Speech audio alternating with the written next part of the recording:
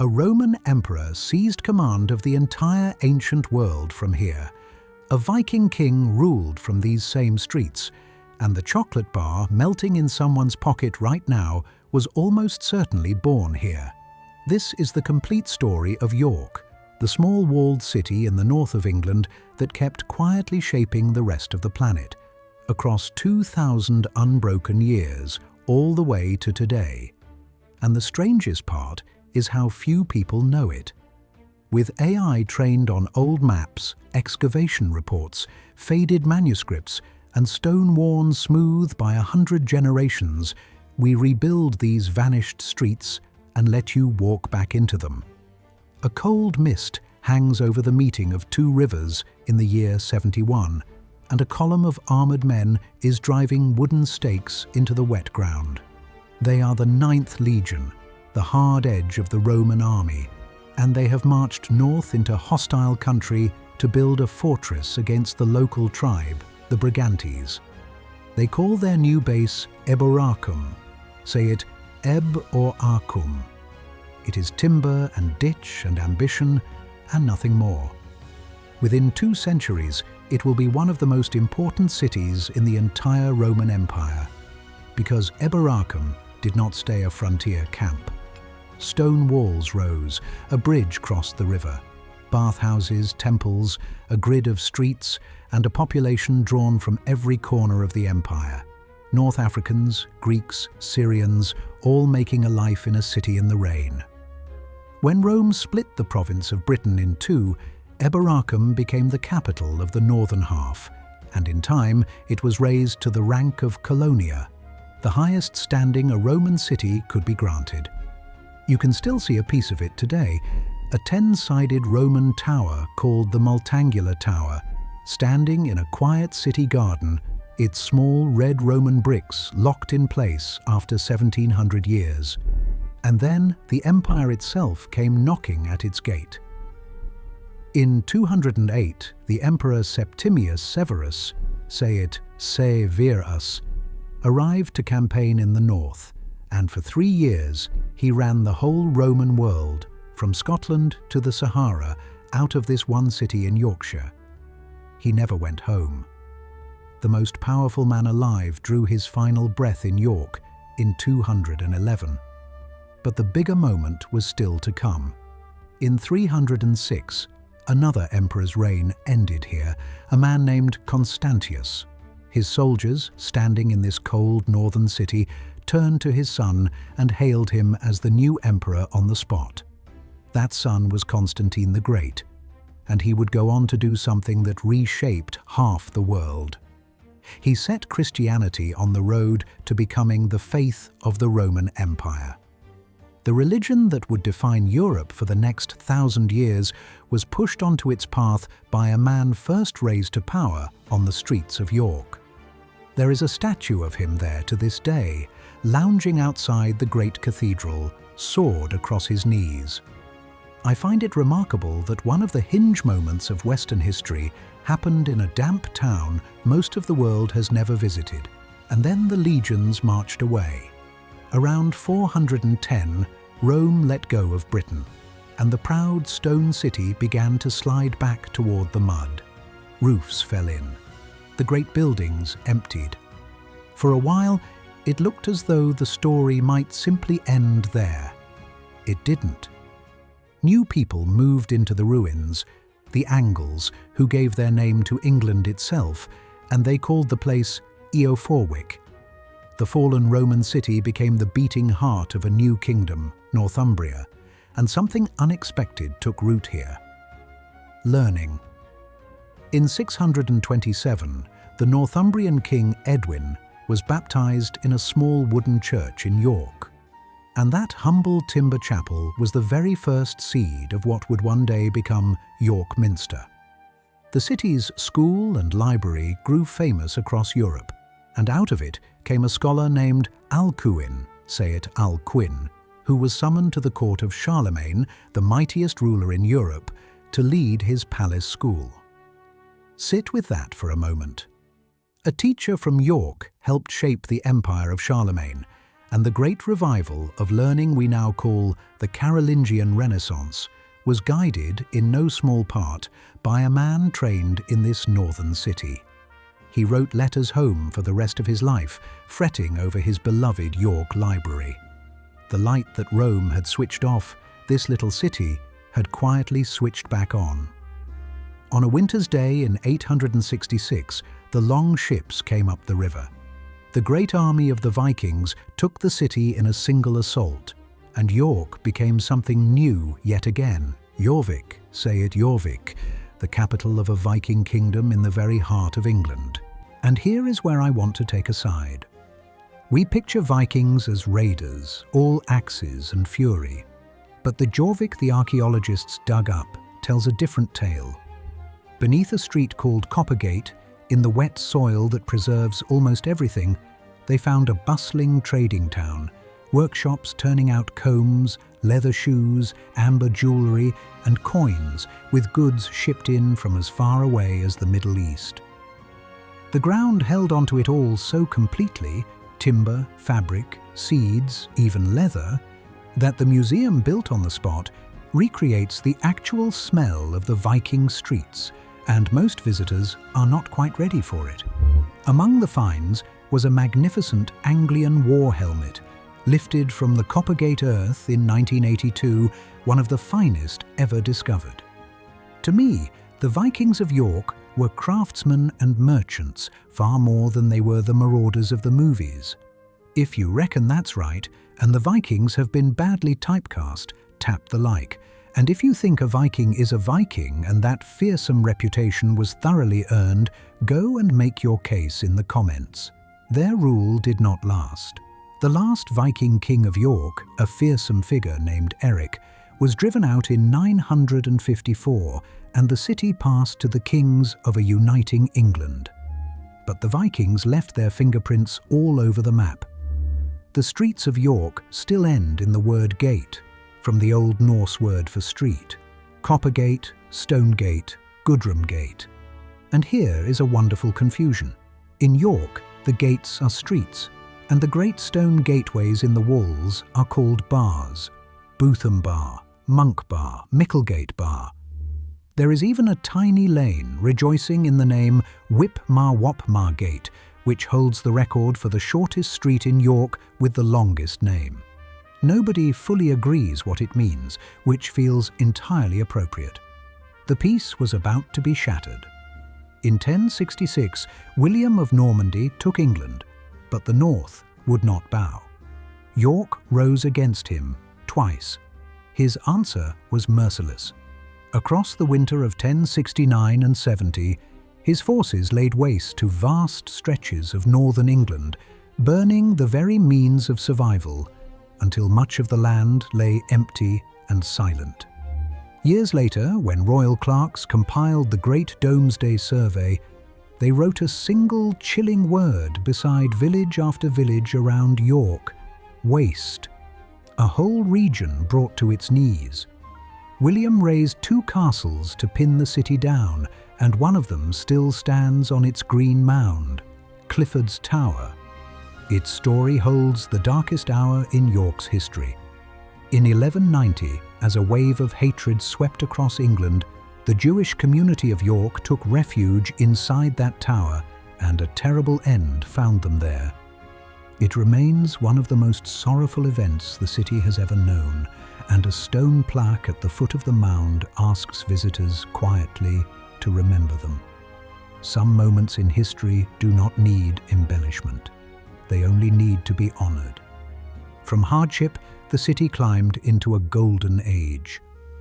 By the later Middle Ages, York was the second city of England, after London, wealthy beyond imagining on the wool trade, its merchants among the richest men in the kingdom. You can still stand in their great timber meeting hall, the Merchant Adventurers' Hall, raised in the 1350s and barely altered since. A vast room held up on oak beams, where the men who ran the city's fortunes once gathered. And they built. For 250 years, from 1220 to 1472, generation after generation of stonemasons raised York Minster, the largest Gothic cathedral in all of Northern Europe. Think about that. A man could begin carving stone as a boy and never live to see the building finished. His grandson might lay the final piece. High in the east end glows the great east window, painted by a craftsman named John Thornton in the early 1400s, the largest single sheet of medieval stained glass anywhere on Earth, roughly the size of a tennis court, telling the beginning and the end of the world in coloured light. Climb the 275 steps of the central tower, and the whole city, with the green country rolling out beyond it, opens beneath your feet. Down in the lanes below, the city's trade guilds staged the York Mystery Plays. The whole story of the Bible acted out on wagons rolled through the streets, each guild taking its scene.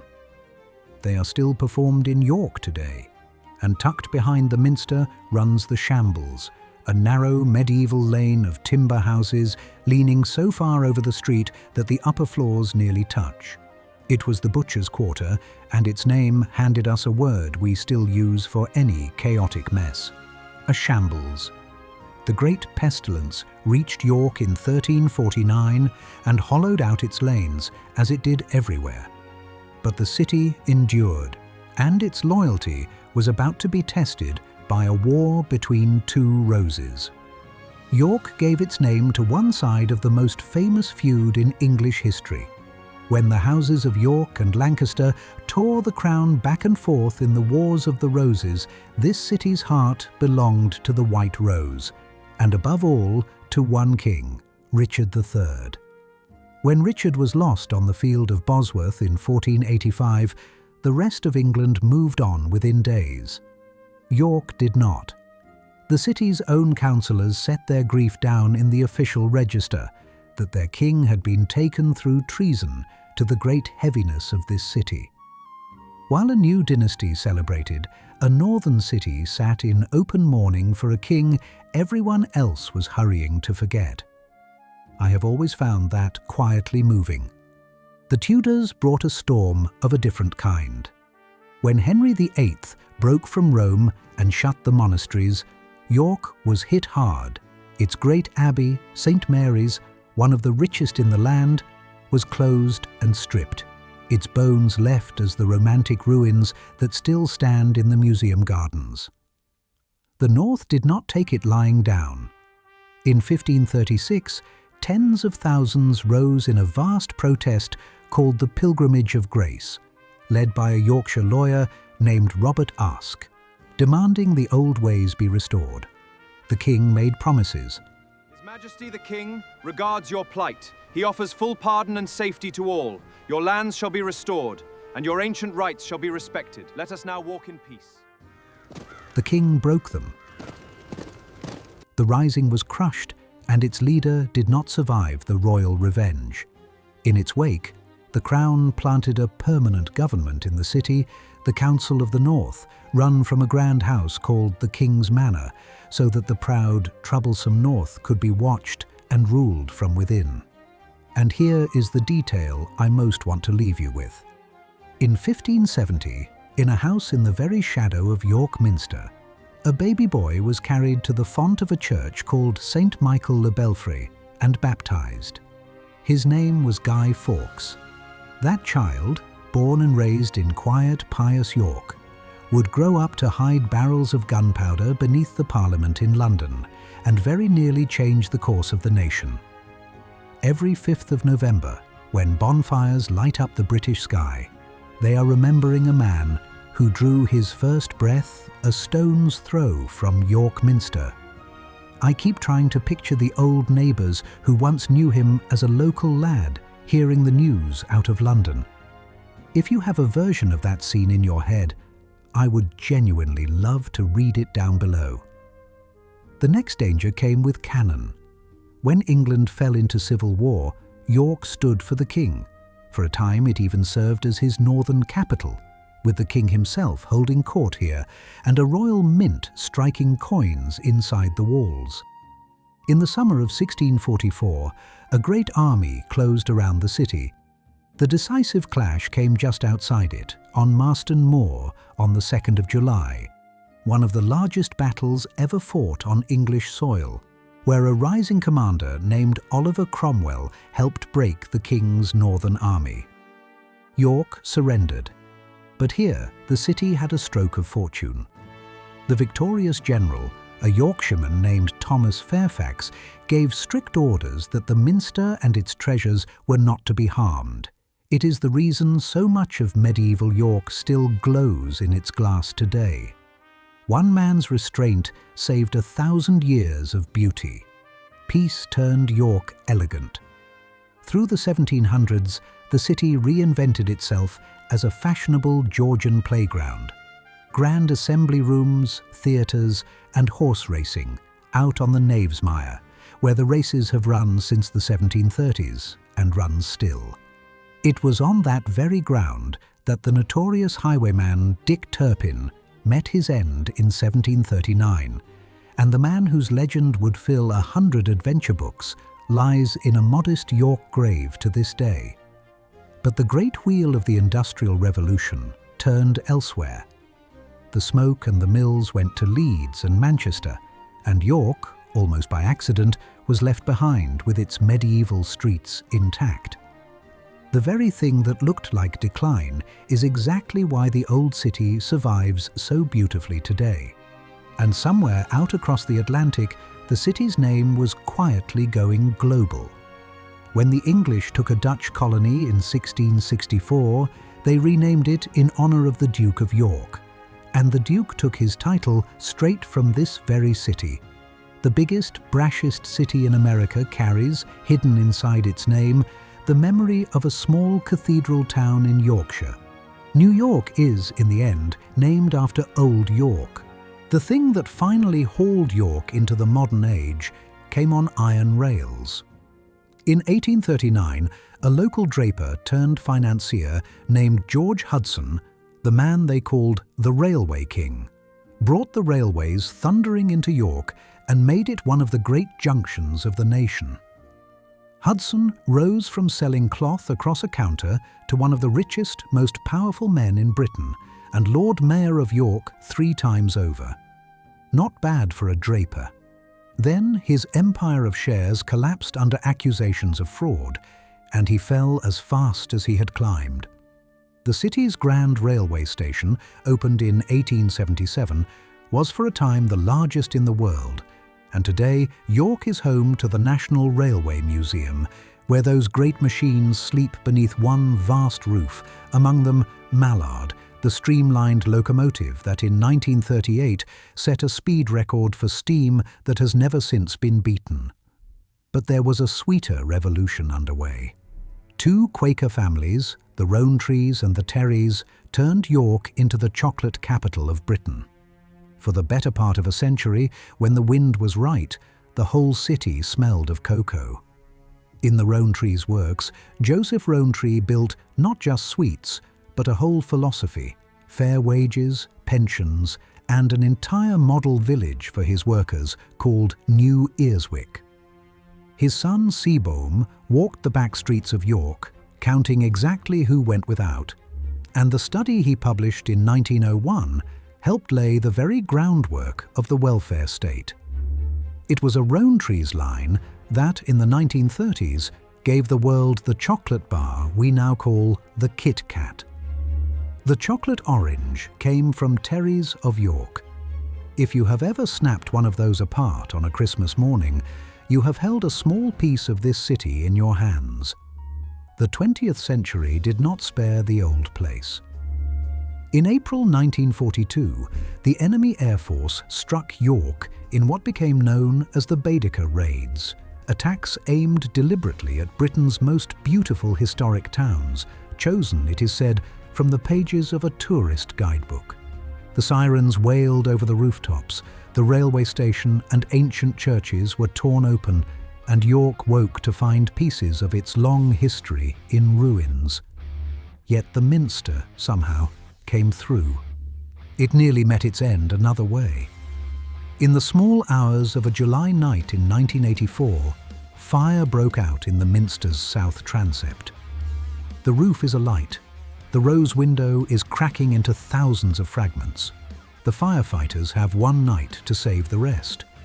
They fought until dawn and held the line. And when the roof was rebuilt, the new carved bosses included designs sent in by children after a competition on a television program. There is something perfect about that, a 1,000-year-old cathedral, mended in part by the imagination of kids. The York you can walk into today wears all of this at once.